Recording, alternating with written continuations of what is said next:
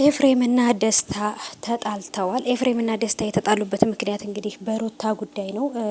ኤፍሬም ደስታን በጭራሽ ሩታ ለአብርሃም እንጂ ለአንተ አትሆንህም፣ ስለዚህ አንተ እንድትጎዳ አልፈልግም፣ ለአንተ ለማትሆን ሴት ብለህ ጊዜህን አታቃጥል በማለት እንግዲህ ኤፍሬም ተናግሮታል። አሰላሙ አለይኩም ወራህመቱላሂ ወበረካቱ። ሰላም ውድ የተከበራችሁ የቻናል ተከታታዮች የኔ ወዶች የኔ ወርቆች እንዴት ናችሁ?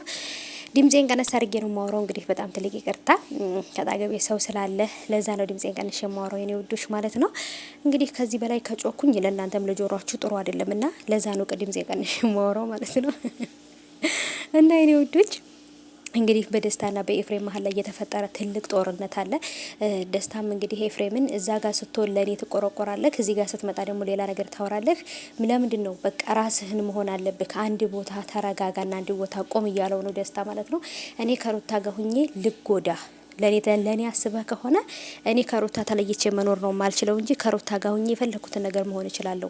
ለሩታ ብዬ ብዙ መስዋዕትነት እከፍላለሁ፣ እስካሁንም ብዙ መስዋዕት ከፍያለሁ በማለት እንግዲህ ደስታ ያለውን ለሩታ ያለውን ፍቅር አሳይቷልና እውነት ለመናገር የተፈጠረው ነገር ቢያሳዝነኝም ግን ደግሞ ደስታ ሩታን ይጎዳታል ብዬ አላስብም። ግን ሩታና አብርሃም አንድ ላይ ሆነው ልጃቸውን ቢያሳድጉ ለኔ በጣም ደስ ይለኛል። ካልተሳካ ግን ደግሞ አብርሃም ከሌላ ሴት ጋር ሆኖ ሩታ ደግሞ ተቀምጣ አብርሃምን መጠበቅ አለባት ብዬ አላስብም።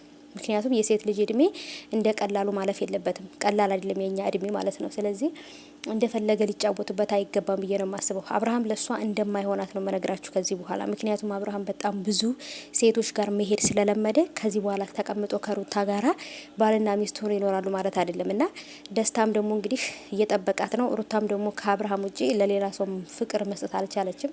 አሁን ላይ በእርግጥ አብርሃምን ሙሉ ለሙሉ ጠልተዋለች። ግን ቢሆንም ደግሞ አብርሃም በጣም ስለጎዳት ሁሉም ወንድ እንደ አብርሃም የሚጎዳት ነው የሚመስላት ማለት ነው። እና በጣም ከባድ ነው እውነት ለመናገር